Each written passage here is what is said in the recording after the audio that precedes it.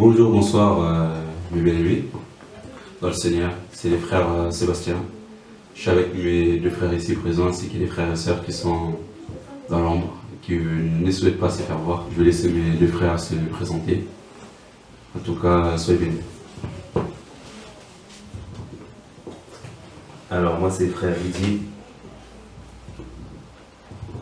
Le frère Joël. Voilà. Nous allons, avant de commencer, on va juste passer un petit temps dans la prière, afin de remercier le nom de Jésus-Christ de Nazareth. Merci éternel Dieu de gloire, pour tout ce que tu fais, pour tout ce que tu as accompli au Père. Nous recommandons cet instant entre tes saintes mains, Yahweh, et Yoshua, éternel Dieu de gloire, afin que toutes choses éternelles soient conduites selon ton esprit saint, éternel des armées, et non selon la chair, éternel Dieu puissant. Nous te laissons toi seul gouverner, nous conduire à travers cet instant, par les noms puissants de Yeshua, Jésus-Christ de Nazareth, que nous avons ainsi prié. Amen. Bonjour mes frères et sœurs, en tout cas, on se rend compte d'une chose, c'est que nous sommes vraiment dans les derniers temps. Et on peut constater beaucoup de choses qui se passent au niveau de l'Église actuelle, au niveau du corps du Christ et au niveau surtout de nos assemblées, de la vie chrétienne, la marche chrétienne. Il y a beaucoup de choses qui se passent vraiment qui nous poussent personnellement à exhorter tout simplement les enfants de Dieu, le véritable amoureux de l'Évangile, pour ce que Dieu fait, pour ce que Dieu a réellement besoin de faire pour nos vies, pour nous-mêmes, pour nos familles, pour notre entourage, car il y a beaucoup à faire. Avant de se précipiter à faire quoi que ce soit, ce qui est essentiel et important, c'est surtout de prendre son temps à demeurer vraiment dans une relation sincère avec Dieu. Mais avant de commencer, je vais laisser un peu mes frères présents s'exprimer, s'ils ont peut-être quelque chose à apporter de la part du Seigneur, ou bien ils ont un message à dire. Alors moi, ce que j'ai un peu à partager sur l'église aujourd'hui, c'est qu'on voit aujourd'hui que dans nos églises, surtout la jeunesse, ne laisse pas le temps à Dieu de les former avant d'entrer dans leur appel. C'est-à-dire que les jeunes aujourd'hui, ils veulent plus se faire voir que le nom de Dieu soit glorifié. C'est-à-dire, on ne laisse pas Dieu nous former. On voit des jeunes qui sortent dehors, qui proclament la parole, qui évangélisent, qui font des vidéos, qui font toutes ces choses, alors qu'ils n'ont pas laissé premièrement Dieu les former. Si nous prenons un passage dans 1 roi, si nous prenons un passage dans 1 roi, par rapport au prophète Élie, à partir de 1 roi chapitre 17, au verset 2.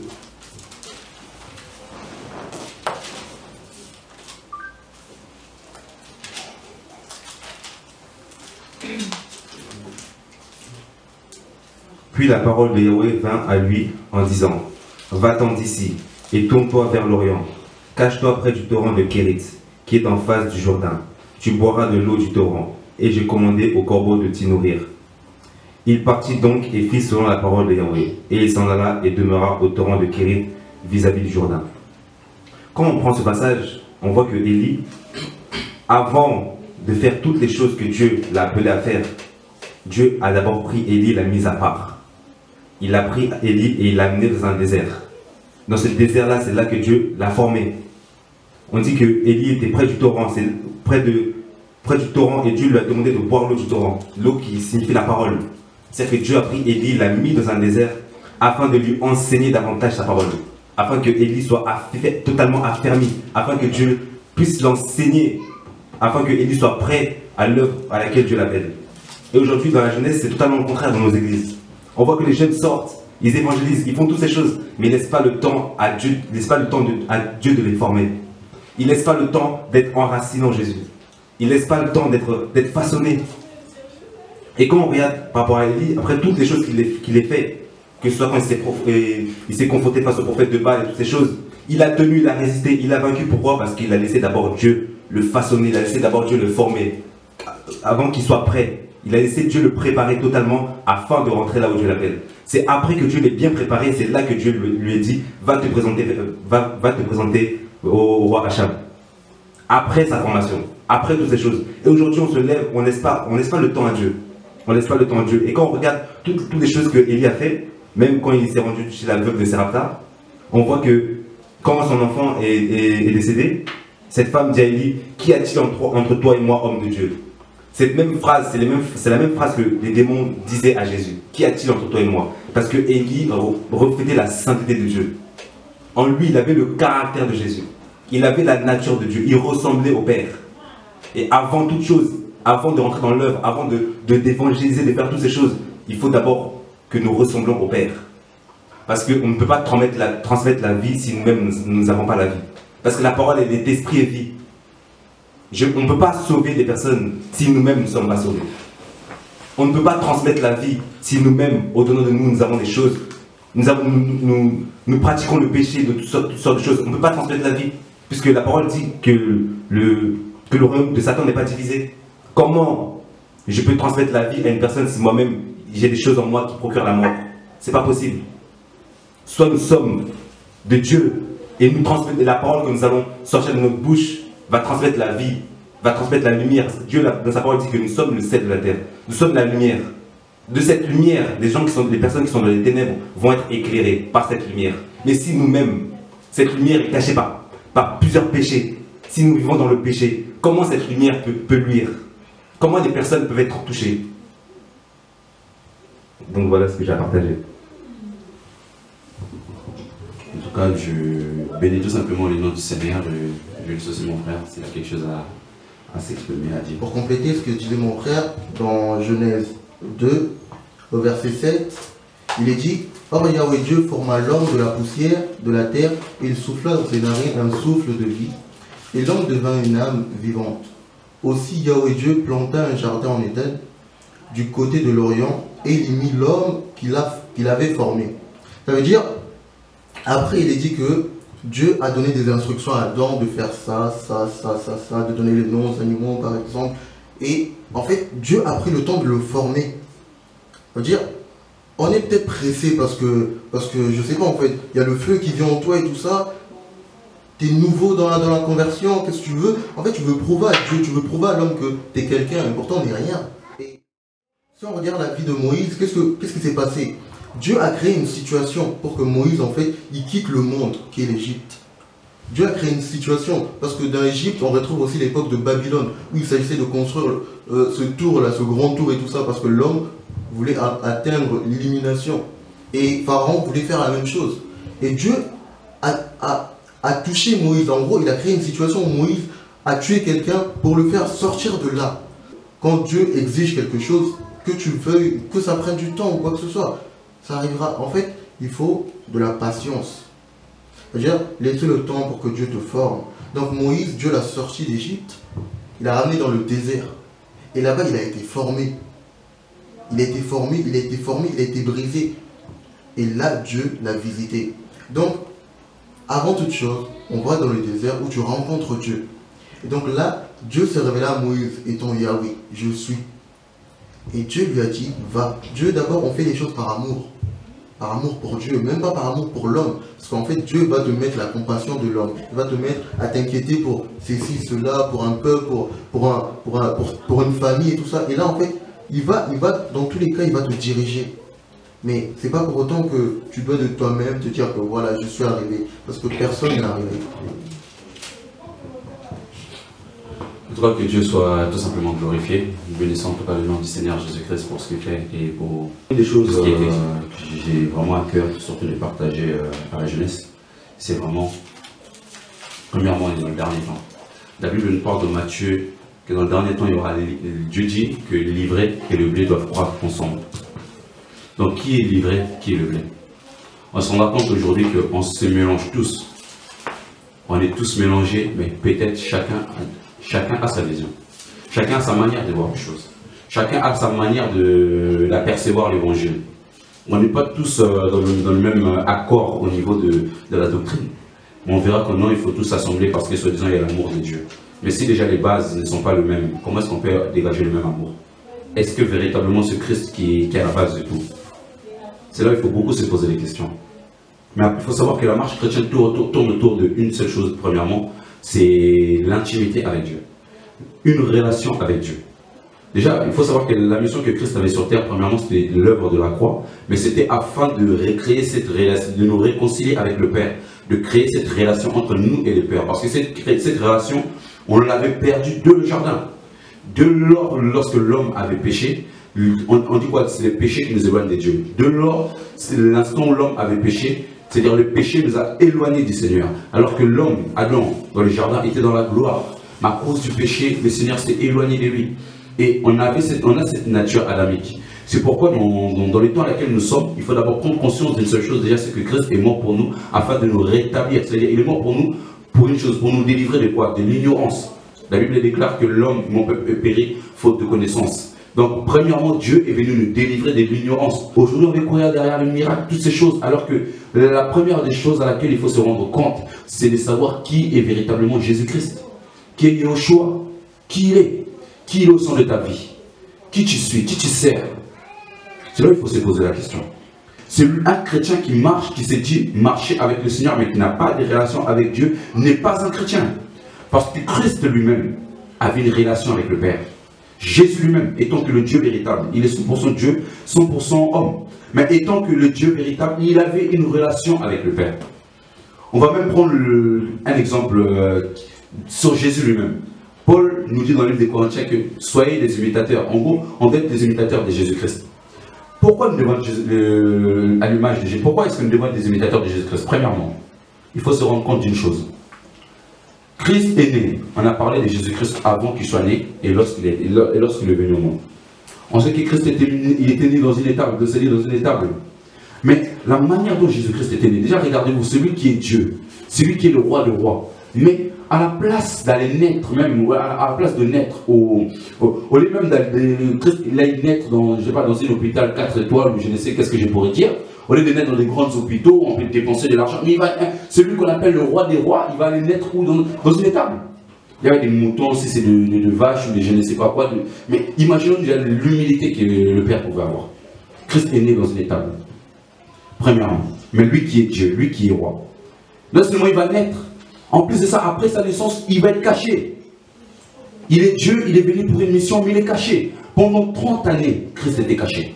Pendant 30 ans. Il était caché pendant 30 ans. Et pendant les 30 années, à un moment, on va nous parler de Jésus à l'âge de 12 ans, lorsque la Bible va nous annoncer qu'il était assis dans le temple. C'est là où on va savoir qu'à 12 ans, il était déjà dans le temple. Mais après, à partir de ces 12 ans jusqu'à ces 30 ans, on ne sait même pas ce qu'il faisait. Pour dire quoi? Jésus était caché. Pendant qu'il était caché, il avait une relation forte avec Dieu. Parce qu'il y avait une communion forte avec Dieu. Il avait une relation efficace avec Dieu. Il avait cette relation-là entre le Père et le Fils. Une des choses à laquelle aujourd'hui, malheureusement, nous sommes nombreux à ne plus l'avoir.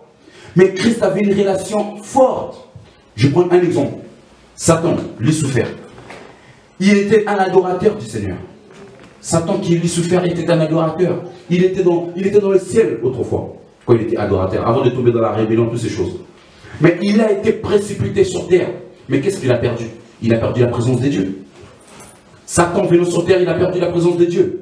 Mais la chose qu'il a gardée, c'était quoi? C'est ses dons. Le diable, il a ses dons, il peut prophétiser, il peut avoir des paroles, des connaissances, toutes ces choses. Mais pourtant, il ne marche pas avec Dieu. C'est-à-dire, ces dons-là, il les a, et la Bible nous dit clair et net que Dieu ne se répand pas de ses dons. Frère, tu peux avoir des dons, tu peux prophétiser, tu peux avoir des paroles de connaissances, et Dieu peut ne pas être avec toi. Et là où tu es, tu peux conduire beaucoup de gens dans ton trou. Un aveugle peut-il conduire d'autres aveugles? Frère, la vérité nous a franchis. Si la vérité n'est pas présente, le mieux, c'est de faire comme Marie, de s'asseoir au pied de Jésus, pour être enseigné. Si on n'est pas enseigné, on va faire beaucoup d'erreurs. Et quand on fait beaucoup d'erreurs là, si Dieu lui-même ne vient pas nous reprendre, c'est trop tard, frère.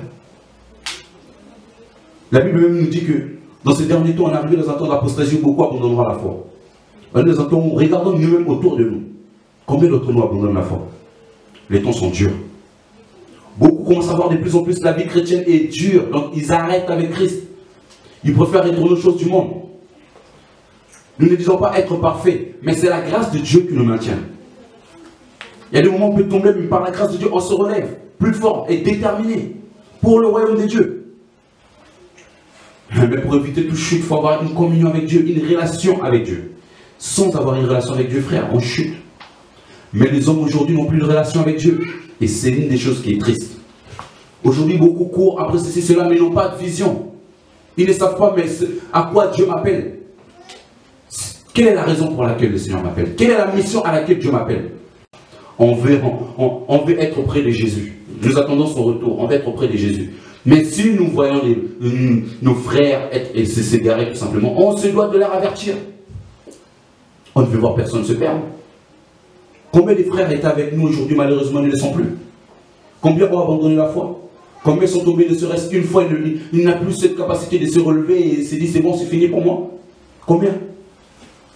Mais si nous, jusqu'à la date d'aujourd'hui, on essaie de tenir, alors que nous sommes fait partie de ces gens autrefois, combien de fois sommes-nous donc tombés? Mais par la grâce de Dieu, on se relève. Et aujourd'hui, on lutte de sorte à tenir bon jusqu'au retour de Yeshua, jusqu'au retour de Jésus. Mais la seule chose, c'est quoi? Qu'est-ce qui peut faire un peu la différence? C'est qu'autour de nous, on a des grands frères dans la foi qui est là. On a un père dans la foi qui est là. Qui est là pour nous reprendre lorsque nous sommes tout simplement en train d'emprunter le mauvais chemin. Et on nous reprend. Et quand on nous reprend comme ça, on sait s'asseoir et écouter. On ne laisse pas notre ego, on ne laisse pas notre orgueil prendre le dessus. Non, frère. Non. Il faut savoir, à un moment donné, s'asseoir. Recevoir. Jésus qui était Dieu, pendant 30 années, il était caché. Jésus. Pendant 30 ans, il était caché. Mais lorsque Jésus va sortir au bout des 30 ans, voyons le fruit de son œuvre. La Bible nous enseigne que dans un point où sa renommée s'est répandue. Imaginez un peu. Il s'est caché pendant 30 ans. Lorsqu'il va sortir au bout des 30 ans, sa renommée va se répandre partout. Par-ci et là. Dans Jérusalem, Judée, Galilée, partout. On parlera de Jésus-Christ. Mais qui est donc cet homme? Beaucoup diront oui, c'est un prophète, non, peut-être c'est le Messie, peut-être ceci, cela. Mais sa renommée s'était répandue. Pourquoi? Parce qu'il y avait un résultat derrière. C'est-à-dire, la raison pour laquelle on parlait autant de Jésus, premièrement, c'est parce qu'il avait une forte relation avec Dieu. La relation qu'il avait avec Dieu n'est pas comparable. On est là aujourd'hui, les temps sont difficiles. Oui, c'est vrai. Mais Dieu nous donne la force et la capacité de surmonter toute épreuve. Dieu nous en donne la capacité. Dieu nous donne cette capacité de surmonter toutes choses. Il faut savoir, c'est-à-dire avoir une relation avec Dieu, mais avoir une vie équilibrée. Il y a des choses que tu vas faire de toi-même, il y a des choses que Dieu fera. Comme aujourd'hui, on est face à une génération où il s'est dit, je me donne H24 pour Jésus-Christ, de sorte que, même si je n'ai pas de travail, tellement je me donne à fond pour Jésus, Dieu me donnera du travail. Frère, si tu n'envoies pas ton CV là, tu vas devenir retraité au chômage. Au bout d'un moment, il faut prendre conscience. Oui, tu veux du travail, il n'y a pas de souci, frère. Tu fais ta part. Tu pries et tu postules. Et Dieu saura quoi faire. Même toi, tu ne postules pas, tu n'envoies pas ton CV, mais tu pries et tu dis Dieu va faire. Tu risques de mourir avant l'âge, mon frère. Il faut se ressaisir, mes bien-aimés. Ma sœur, mon frère. Nombreux des chrétiens sont là, surtout la jeunesse. Beaucoup aujourd'hui, ils sont arrivés dans des situations, peut-être, tu n'as pas d'école, ou tu recherches un travail, ou tu recherches un patron, toutes ces choses. Mais à la place d'aller postuler par-ci là, tu préfères croiser les bras. Non.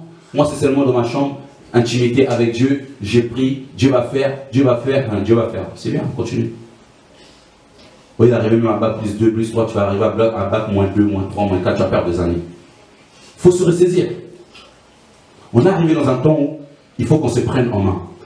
Beaucoup se disent non, la Bible est claire, hein, l'homme se nourrira de la sueur de son front. Oh, l'homme se nourrira de la sueur de ton front. Si Dieu ne t'a pas appelé à plein temps, même si Dieu t'appelle à temps plein, il faut des années déjà pour que le Seigneur te forme comme il faut. C'est pas pour aller après, comme la Bible nous enseigne par rapport à déjà Jésus lui-même. La Bible nous enseigne que lorsqu'il est sorti du désert, lorsque Christ est sorti du désert, les diables, lorsqu'il s'est présenté, il a dit quoi? Transforme ces pierres en pain. Vous sortez de vos déserts, vous voyez le pain. Direct, tu transformes, vous voyez des pierres, vous les transformez en pain. Voilà, des fidèles dans les églises qui deviennent du pain. Pourquoi? Parce que vous devez vous nourrir d'eux. Tout simplement. Vous commencez à vous nourrir, la Bible dit que nous sommes des pierres vivantes. Et quand vous sortez de vos déserts, il faut construire des églises. Ces pierres deviennent de vos repas, voilà, vos pains. Vous vous en nourrissez tout simplement. Oh frère, il faut qu'on s'assoie. Il faut qu'on arrive à saisir qu'est-ce que le Seigneur veut nous enseigner. Aujourd'hui, nous, on veut agresser les gens. On commence à être agressif. On agresse les gens. On oublie frère, l'évangélisation, il y a aussi des visites chez les familles, il y a aussi des visites des hôpitaux. Il y a aussi de l'évangélisation aussi, mon frère est là, je parle, c'est pas forcément en haut. Beaucoup crient oui, on ne parle pas d'un Dieu religieux, la religion, mais c'est quoi la religion? C'est quoi la religion? Beaucoup, nous, on ne parle pas de Jésus-Christ religieux que la religion nous présente, mais qu'est-ce que la religion nous présente? La religion, premièrement, c'est une habitude. Et voyons voir, si ta vie tourne autour des habitudes, là, tu deviens religieux. La religion, ce n'est pas forcément je suis à l'église constamment, ça n'a rien à voir. C'est une question d'habitude. Si ta vie là, tourne autour des habitudes, là, pose-toi des questions. L'Esprit de Dieu est toujours en mouvement. Donc Dieu, c'est un Dieu de mouvement. Donc Dieu fera les choses selon son temps et comme il le veut. Il y a des jours où oui, le Seigneur peut te pousser à lui parler de lui. Il y a des jours où le Seigneur te dira non, assis-toi, il faut que je te donne quelque chose. Il faut que je te nourrisse, il faut que je te forme, il faut que je te donne mon caractère. On va prendre un passage dans Genèse. Dans Genèse 37. Après Genèse 37, je vais pas lire en entièreté, mais je vais juste lire à partir du verset 4. La Bible nous dit, Joseph nous relate un peu par rapport à Joseph. On dit, et ses frères, voyant que leur père l'aimait plus que tous, en parlant de Joseph, les haïssaient et ne pouvaient lui parler avec douceur. Or, Joseph eut un songe, et il le raconta à ses frères. Et ils les haïrent davantage. Il leur dit donc, écoutez, je vous prie, le songe que j'ai eu, voici nous étions alliés des gerbes que j'ai eues, au milieu d'un champ. Et voici ma gerbe s'éleva et s'étint droite, et voici vos gerbes l'entourèrent et se prosternèrent devant elle. Alors ses frères lui dirent, régnerais-tu sur nous? Et dominerais-tu sur nous? Et ils les haïrent encore plus pour ses songes et pour ses paroles. Remarquez, Joseph a fait un songe. Et dans ces songes, Dieu lui montrait tout simplement que sa gerbe à lui, ils étaient dans un champ, et sa gerbe à lui était debout, tandis que ceux de ses frères se sont prosternés devant la sienne. Et si on lit le verset après, plus tard encore, on va dire que ses frères vont rapporter ce message à Jacob, son père. Et il va encore réexpliquer ce songe à ses frères et son père. Et son père va être mécontent, irrité. Son père va dire, attends, le soleil et la lune, ça représentait donc le père et la mère. Il dit donc moi, c'est-à-dire son père, donc moi, ton père et ta mère, et tous tes frères, on va se prosterner devant toi. Ça l'avait irrité, le père. Pourquoi? Dieu avait révélé une vision prophétique à Joseph. Mais Joseph lui-même ne pouvait pas comprendre en ces temps-là. Ils vont commencer à maltraiter Joseph de plus en plus. À un moment donné, ils vont vendre Joseph. Joseph va se retrouver prisonnier, esclave des Potiphar. Là-bas encore, il va faire face à la tentation. Il va surmonter la tentation. Parce que la femme de Potiphar va annoncer cela à son mari va l'emprisonner autre part. C'est-à-dire, on va voir que Joseph va rentrer dans des déserts, mais terribles. Les premiers des déserts, c'est la trahison de ses propres frères. Ses frères, ils vont le vendre, ils vont le maltraiter, ils vont le faire du mal, tout simplement. Mais c'était ses frères, son sang. Frère, si Dieu t'appelle, ceux qui sont de ton propre sang, ils vont te persécuter, ils vont te rejeter, ils vont te mépriser, ils vont t'abandonner même limite. C'est ça la formation de Dieu. C'est comme ça qu'on arrive à atteindre le caractère de Dieu. Quand tu arrives à résister, à rester humble et à bénir tout simplement le nom de Jésus-Christ face à tous ces problèmes. Joseph, malgré ses épreuves, malgré son désert, il était toujours obéissant à Dieu et attentif à la voix de Dieu. Joseph était toujours attentif à la voix de Dieu. Et il rendait toujours gloire à Dieu malgré toutes ces choses. Joseph refusait de se prosterner devant les dieux des Égyptiens. Il refusait cela. Mais nous, aujourd'hui, voyons, combien d'entre nous, là, on s'est déjà prosterné devant beaucoup de dieux. Beaucoup, leurs pasteurs sont devenus des dieux, des idolâtres. Ils sont tombés dans l'idolâtrie totalement. Soyons de ceux qui se cachent. Joseph, il a été trahi par ses frères, rejeté, vendu. Mais Dieu lui avait donné une vision. Mais la vision là, ses frères ne savaient pas, c'était pour leur bien. C'est ça que ses frères ne savaient pas. C'est ça que son père ne savait pas. Il ne savait pas, c'était pour leur bien. Joseph va traverser des situations, mais il saura toujours comment rendre gloire à Dieu. Il va être emprisonné. Après être sorti des prisons, lorsqu'il va réussir à interpréter ses songes auprès du pharaon, Le pharaon va l'établir gouverneur sur le peuple d'Israël, de l'Égypte. Imaginons-nous, lui qui était rien. Pour dire Jésus est l'architecte parfait. Il peut te faire traverser des situations terribles où tu pleures tous les nuits. Tu es là dans ton lit, tu pleures. Mais Seigneur, j'en ai marre. Tout le monde est contre moi, tout le monde me rejette, tout le monde m'insulte. Si on médite même à partir du verset 37 là dans Genèse, on verra. Dès qu'on n'a pas accusé Joseph, mais malgré tout ça, il n'a jamais cédé. Il est resté intègre.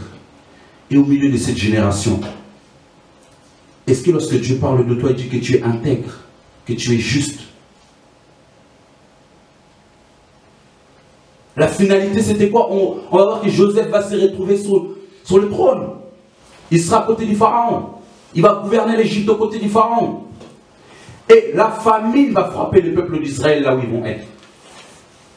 C'est là où il faut regarder le plan merveilleux de Dieu. La famine, lorsqu'il va frapper de l'autre côté, ils vont se dire, oh, partout et là, parce que nous sommes, on ne peut rien trouver, ni à manger, ni à boire. Le seul endroit où il y a à manger, c'est là-bas en Égypte. Venez, on descend en Égypte. Ils vont descendre en Égypte. C'est lui qui se trouve en tête de l'Égypte. C'est celui qu'eux-mêmes ils avaient vendu. Frère, ceux hier qui t'ont trahi, lorsqu'ils vont se retrouver dans leur désert, lorsqu'ils vont se retrouver dans des épreuves où ils sont en train de grincer les dents, où ils se rendent compte que la solution n'est pas dans le monde, sache-le, parce que toi tu as un Dieu, ils vont venir vers toi. Dieu lui-même fait chaque chose comme il le veut, frère. Si tu ne veux pas saisir le mouvement de l'Esprit de Dieu, tu peux passer à côté des choses. Si tu sais véritablement, tu crains Jésus. Si tu sais véritablement qui est Jésus, qui est seul l'amour de Dieu, le véritable, le saint, est avec toi et demeure dans ton cœur. Peu importe ce que les hommes pourront témoigner de ton frère ou de ta soeur, tu tiendras les coups et tu auras toujours cette même parole de ce que Dieu t'a dit à tout sujet de ton frère.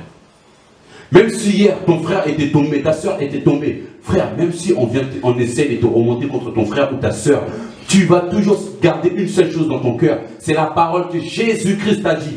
Ouvrons les yeux, ne serait-ce un temps. On est là, par-ci, là, à crier, Jésus revient, Jésus revient. Moi, on se rend compte que, normalement, merci Seigneur, normalement, quand on se rend compte que Jésus revient, la première des choses que tu vas faire, c'est quoi? Tu vas te cacher. Pourquoi tu vas te cacher? Pour créer une relation avec Dieu, de sorte que, lorsque Christ va revenir, qu'il te retrouve sans tache nourrie. Parce que c'est dans l'intimité que Dieu va t'enseigner. C'est dans l'intimité que Dieu va te donner son caractère. C'est dans l'intimité que Dieu va te donner les valeurs et les principes du royaume. Sans cela, tu vas passer à côté de beaucoup de choses. C'est pourquoi même là, même quand on y va dans les églises, cessons les camaraderies. On est là dans nos assemblées, on est tellement camarades que nos vies ne reflètent même plus la sainteté de Dieu. On est là, Inter, c'est ma soeur, moi je suis son frère, mais je dois le faire des câlins, mon corps doit serrer son corps. Oh, mais on va où? Et si tu ne sens pas l'oppression là, quand tu serres la soeur, frère, c'est que l'esprit n'est pas en toi. Mais si l'esprit est en toi, l'esprit va te forcer à marcher dans la sainteté de Dieu. Et si tu me pousses à marcher dans la sainteté de Dieu, une sœur qui ne t'appartient pas, quand on dit t'appartient pas, c'est que c'est pas ta femme, c'est pas ta fiancée, c'est personne. Et même si c'est ta fiancée, il faut attendre que tu la maries. Donc, même toutes ces choses, tu ne peux pas la câliner, je ne sais comment. Non. Tu peux déguster les cadeaux alors que ce n'est pas encore l'heure d'ouvrir les cadeaux. Au bout d'un moment donné, oh, il faut prendre conscience de beaucoup de choses, il faut se réveiller. On est arrivé dans un temps où on voit beaucoup l'abomination dans le milieu chrétien, mais il faut qu'on saisisse. Nous sommes un corps, et Dieu n'a pas mis n'importe qui à nos côtés. Même si tu es entouré des ivres, tu es les seuls. Dieu t'ouvre les yeux, mais à cause de tes sentiments, tu t'enterres avec eux.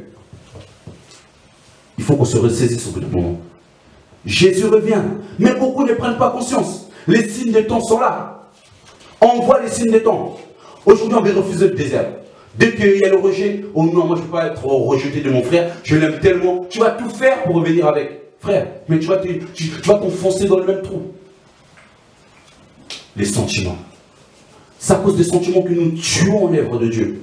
C'est à cause des sentiments que nous donnons une mauvaise image de l'évangile de Jésus-Christ. De la bonne nouvelle. On est là, on se fait des câlins, tout ça, un frère, une soeur, mais oh! Est-ce que c'est normal? Où est la sainteté de Jésus?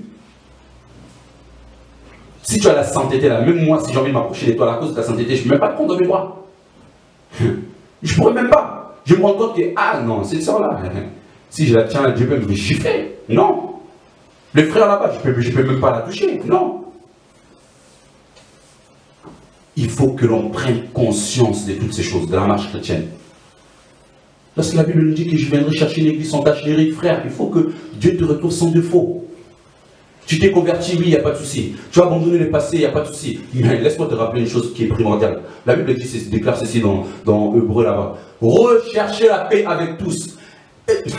Recherchez la paix. On n'a pas dit d'abord rechercher la sanctification et la paix. Mais recherchez la paix avec tous. Frère, tu es là tous les jours, tu t'es dit je me sanctifie, mais tu ne recherches pas la paix avec tous. Laisse-moi te dire, ta sanctification que tu veux, c'est en vain. Apprends d'abord à rechercher la paix avec ceux avec qui tu ne t'entends pas. Tu es là, tu t'es dit du royaume de Dieu. Il y a des personnes avec qui tu ne t'entends pas, mais tu t'es dit te sanctifier, mais Dieu ne te connaît pas, frère. Au bout d'un moment donné, il faut que l'orgueil disparaisse, que l'humilité prenne place, que tu ailles tout simplement voir les personnes avec qui tu ne t'entends pas, tout simplement rétablir chaque chose, et par la suite tu peux continuer à te sanctifier. Tu es là, oui, la sanctification, mais ta propre mère, tu ne la respectes pas. Sanctification, mais ton frère à côté de toi, là, aucun respect. Ta soeur, aucun respect. Ton père, aucun respect. Mais tu t'es dit que non, tu t'es sanctifié. Mon frère, il y a un problème. Recherche la paix.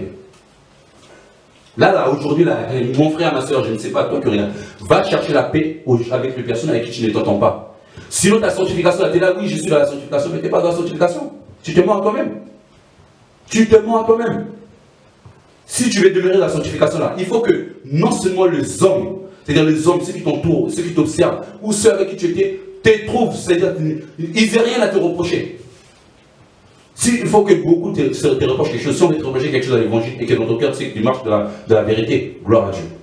Mais si tu sais que premièrement, ta vie n'est pas conforme à la parole, et la manière dont tu marches ne plaît même pas à Dieu, mais toi tu t'es dit je marche devant le Seigneur et que, frère, assis-toi, fais marche arrière, recherche ces personnes avec qui tu ne t'entends pas. Cela ne veut pas dire rechercher la paix, ne veut pas dire que tu cherches la paix, tu vas t'asseoir avec ces personnes. Ce n'est pas ça. Rechercher la paix, c'est tout simplement remettre de l'or avant de faire la moindre des choses. Il y a des moments où on veut faire les choses parce qu'on cherche à se faire voir des hommes. Ça sert à quoi? Consultons le Seigneur.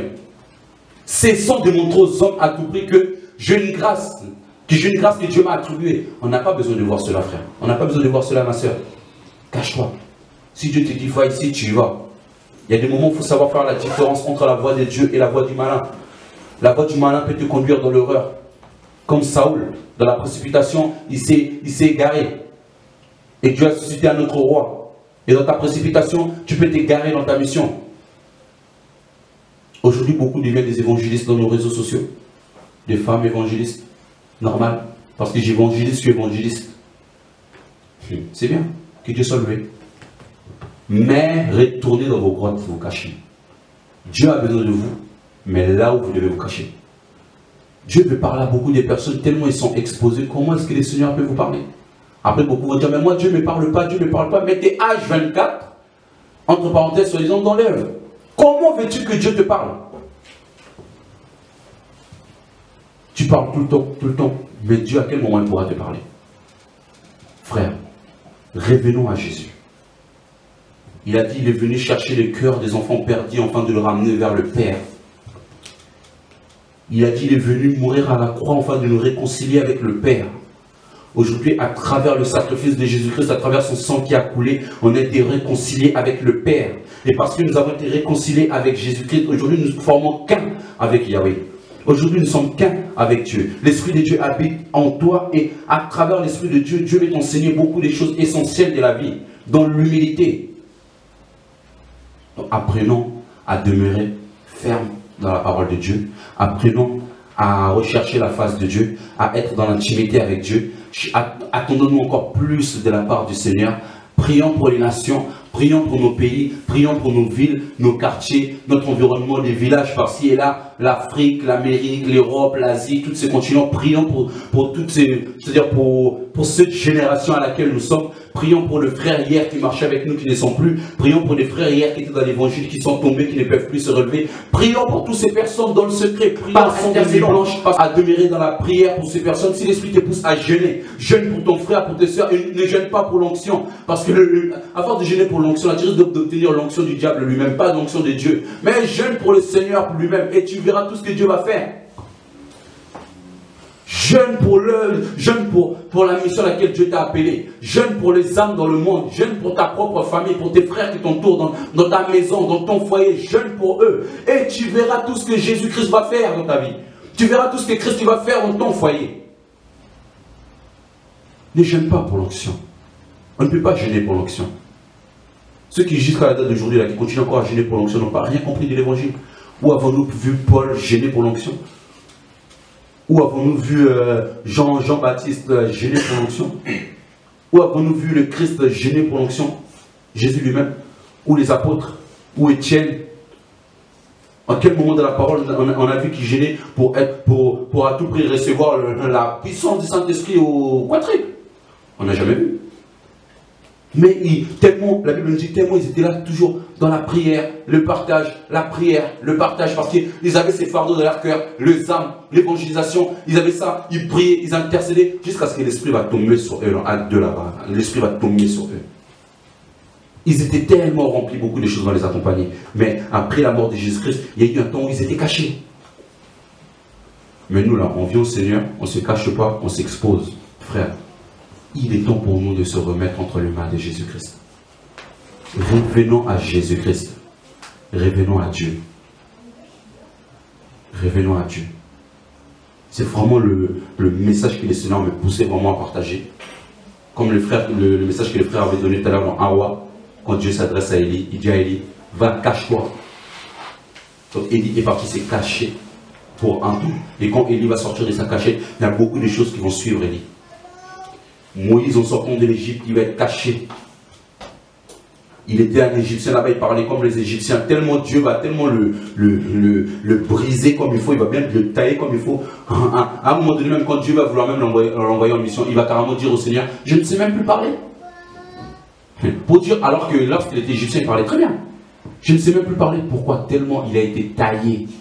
Et nous que nous sommes convertis seulement il y a quelques semaines, quelques mois, un an, 2 ans, on s'est à peine convertis. On s'est dit non, Dieu peut faire même à travers une personne. Oui, Dieu peut faire même à travers une personne qui vient de se convertir là. Mais cela ne veut pas dire que la personne qui vient de se convertir là, tous les jours on doit le voir. Il doit être à la mode. Dans le monde, il y a une mode. Chez les chrétiens, il y a une mode. Comme les modes actuellement, on passe.